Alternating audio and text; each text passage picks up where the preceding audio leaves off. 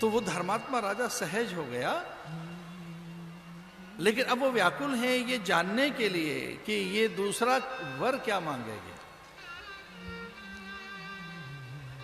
नव पंचश वर्षाणि दंडकारण्यमाश्रितः क्षीरजनाधरो धीरो रामो भवतु तापसः भरतौ भरतमाद्य यौवराज्य अकंटकम। मेरे पुत्र भरत का राज अकंटक हो सके, विघ्न रहित हो सके, उसकी बाधाएं कोई न रहें, इसके लिए हे राजन नव पंचच वर्षाणि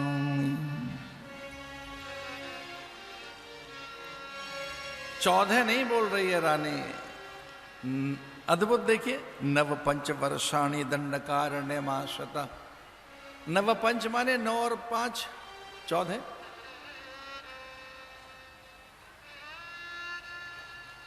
क्षीरजनाधरौ धीरौ रामो भवतु तापसः।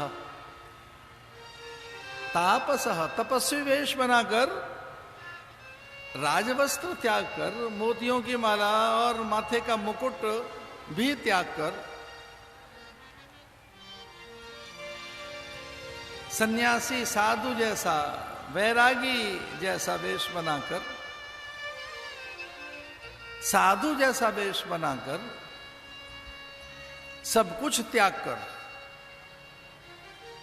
उसमें सम्यक न्यास पैदा हो, कामनाओं का न्यास, सब कुछ त्याग कर, एक भी चीज यहां से नहीं लेकर जाएगा, कोई सहायता नहीं मिलेगी, कोई सहायक नहीं मिलेगा, एक भी कण यहां से नहीं ले जा सकता, एक द्रव्य नहीं लेके जा सकता, एक सिक्का लेकर नहीं जा सकता, कोई सहायक नहीं मिलेगा।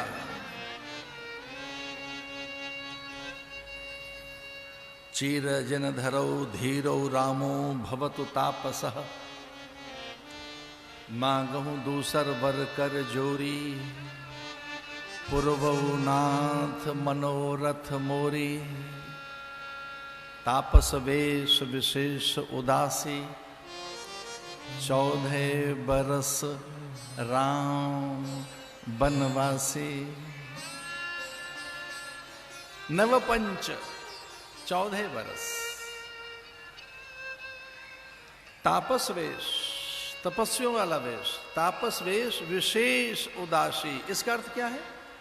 उदासी न पक्षपात रहित होकर, उदासीनो गतव्य था, गीता कहती है। एक बार हमारे कोई परिचित संत मिल गए, बोले वो उदासी बनकर गए क्या?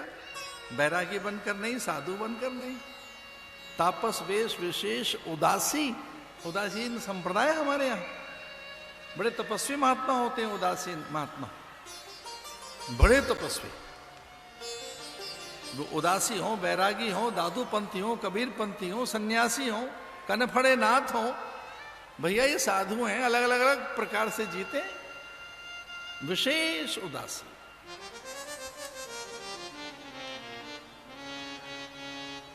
एष मे परमः कामो दत्तमेव वरं वृणे अद्य चेभि पश्येहं प्रयान्तं राघवं वने। विलंब नहीं करिए महाराज, अब विलंब नहीं है मुझे मान्य है। अब अविलंब कीजिए, अविलंब कीजिए, आज्ञा दीजिए, अभी दीजिए। और मैं सबसे पहले ये देखना चाहती हूं, भरत का राज्याभिषेक होता रहेगा, वो तो मेरा राज्य हो ही गया। एष मे परमः कामो दत्तमेव वरं वृणे। जो मुझे चाहिए था मैंने मांग लिया, लेकिन अब जो मैंने देखना है उसे भी पूरा कीजिए। अद्य चेवहि पश्येहं प्रयान्तं राघवं वने। भगवान वन में जाएं, जल्दी करें राम, विलंब न करें राम, ऐसी व्यवस्था कीजिए।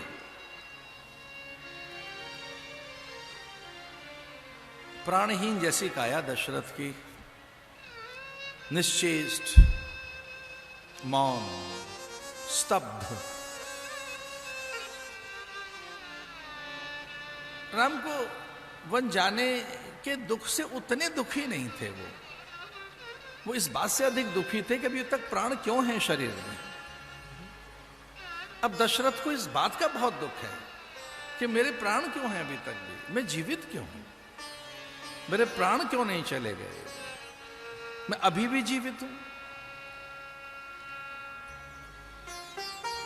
कौने अवसर का भयो गयो नारी विश्वास, जोग सिद्धि फल समय जिन जते अविद्यानाश। स राज राजौ भव सत्य संगरः, कुलम च शीलम च हि जन्म रक्षसः रक्ष च, परत्र वासे ही तुदन्यम अनुमत्तमं, तपोधना सत्यवचो हितम नृणाम। आप सत्यशील हैं, धर्मज्ञ हैं, प्रतापी हैं, पराक्रमी हैं, पुरुषार्थी हैं, आपके वचन कभी मिथ्या नहीं जाएंगे। मत कीजिए।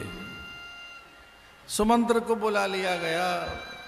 वाल्मीकि रामायण में वशिष्ठ आदि इत्यादि और भी ना जाने कितनी कुल मान्याएं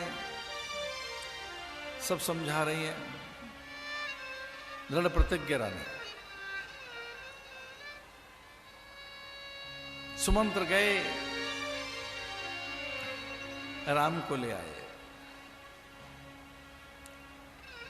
पूछा राम ने मां से, मां इनकी ये व्यथा क्या है, हुआ क्या है राजा को। के मां कहती है आपके मोह के कारण ही दुखी हैं। मोह सकल व्याधिन कर मूला। तेरे पिता को कोई दुख नहीं है, तेरा मोह ही इनका दुख है। तुझ में ही प्राण हैं इनके, इस कारण ये दुखित हैं। सारी कथा जान ली राम ने, समझ ली। मुख प्रसन्न चित्त चौगुन चाऊ। सोच जन राखे राम।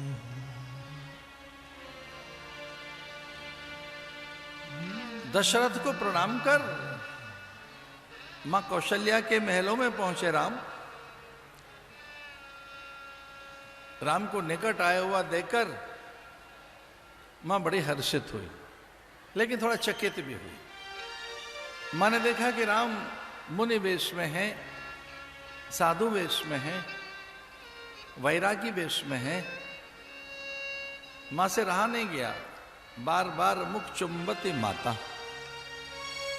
विवाहित राम को देखकर इतना लाड़ आ गया, प्रेम आ गया, न जाने कहां से मां में ममता आ गई। वो ममता का सागर इतना विराट हो गया कि वो संभाल नहीं पाई अपने आप को। और न जाने उन्हें क्या सूझा कि राम को अंक में भर लिया, माथे पर ओठ रख दिए, हाथ चूमने लगी। उन्हें लगा कुछ हो गया है, पता नहीं क्या हुआ है।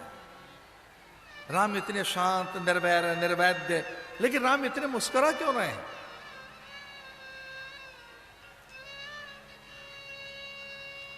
राम इतने आनंदित क्यों हैं?